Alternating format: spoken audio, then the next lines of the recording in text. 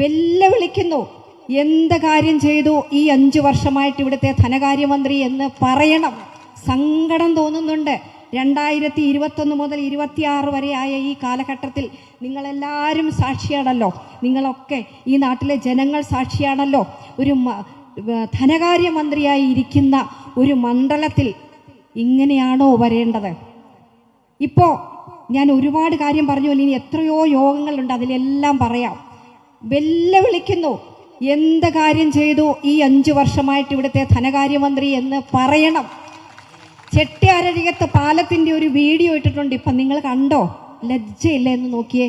ഇവിടുത്തെ ചാനലുകളിൽ മുഴുവൻ കഴിഞ്ഞ തവണ നിങ്ങളോടൊപ്പം നിന്നുകൊണ്ട് ഞാൻ പറഞ്ഞിട്ടില്ലേ, ചെട്ടിയാരഴികത്ത് പാലത്തിന് 10.46 കോടി രൂപ അന്ന് സുധാകരൻ മിനിസ്റ്റർ ഇരുന്നപ്പോൾ പോയി ഇടപെട്ട് വാങ്ങിച്ചു. അന്നും കക്ഷി രാഷ്ട്രീയത്തിന് അതീതമായി ചെയ്യുന്നതിനെ അംഗീകരിക്കുമായിരുന്നു. അതോടൊപ്പം സ്കിൽ പാർക്ക് ഉണ്ടല്ലോ. ഇപ്പോൾ വർക്ക് നിയർ ഹോം വന്നതിൻ്റെ പ്രാരബ്ധം എത്രയാന്ന് മാധ്യമങ്ങൾ കൂടി ഒന്ന് അന്വേഷിച്ചോ. എത്ര പൈസ ചെലവാകും ഓരോരുത്തർക്കൊന്നും അവിടെ ഇരിക്കുന്നതിന്. അത് ബഹുമാനപ്പെട്ട MP അദ്ദേഹം ഇരുന്നപ്പം ദൂരദർശൻ കേന്ദ്രം ഇവിടെ കൊണ്ടുവന്നിരുന്നത് അത് നിർത്തലാക്കി പോയപ്പോൾ ആ കെട്ടിടമാണ് ഇപ്പോൾ വാടകയ്ക്ക് ഗവൺമെൻറ് എടുത്തിട്ട് അവിടെ പ്രവർത്തനം ആരംഭിച്ചിട്ടുള്ളതെന്നാണ് ഞാൻ മനസ്സിലാക്കുന്നത്, വർക്ക് നിയർ ഹോം. എന്നാൽ ഉമ്മൻചാണ്ടി ഗവൺമെൻറ്റിൻ്റെ കാലത്ത് അബ്ദുറബ്ബ് മിനിസ്റ്റർ ഇരുന്നപ്പോഴാണ് അസാപ്പ് ഇവിടെ വന്നത്. വിദ്യാഭ്യാസ മേഖലയിൽ എത്ര തിളക്കമാർന്ന പദ്ധതിയാണെന്നത് അറിയാമോ?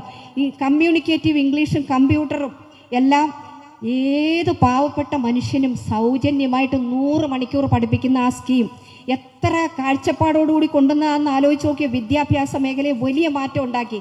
അതിൻ്റെ ഭാഗമായിട്ട് അസാപ്പിൻ്റെ ഈ പ്രോഗ്രാം ആദ്യം പൈലറ്റായിട്ട് ഒരു സ്കൂളിൽ, പിന്നെ എല്ലാ സ്കൂളിലേക്കും വന്നതിൻ്റെ വലിയ മെച്ചം ഉണ്ടായി. അതിൻ്റെ ഭാഗമായിട്ട് കേരളത്തിൽ 6 സ്കിൽ പാർക്കുകൾ അനുവദിച്ചു. 12 കോടി രൂപയാണ് അതിന്. അന്താരാഷ്ട്ര നിലവാരത്തിലുള്ള സംവിധാനങ്ങളോട് കൂടിയത്. നിങ്ങൾ പോയി നോക്കിക്കോളൂ.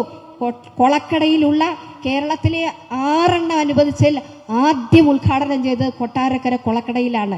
അവിടെ സിംഗപ്പൂറും കമ്പനികളും സിംഗപ്പൂരും അതുപോലെ കേരളവും ചേർന്ന് സിംഗോ സർവ് കമ്പനിയാണ് അത് ചെയ്തിട്ടുള്ളത്. പക്ഷേ ഇപ്പം സിംഗപ്പൂർ കമ്പനി അവിടെ നിന്ന് വിട്ടുപോയി എന്നാണ് അവിടുത്തെ ഒരു സഖാവ് എന്നോട് വിളിച്ച് പറഞ്ഞത്. അങ്ങനെയില്ല, അമേരിക്കക്കാർക്ക് വരാം, US നിന്ന് വരാം, അതുപോലെ ബ്രിട്ടനിൽ നിന്ന് വരാം, ജർമ്മനിയിൽ നിന്ന് വരാം. ഏത് രാജ്യങ്ങളിലുള്ള ഏത് കമ്പനിക്കാർക്കും നമ്മുടെ ഈ സ്കിൽ പാർക്ക് ഉപയോഗിക്കാം. അതാണ് അതിൻ്റെ ലക്ഷ്യം.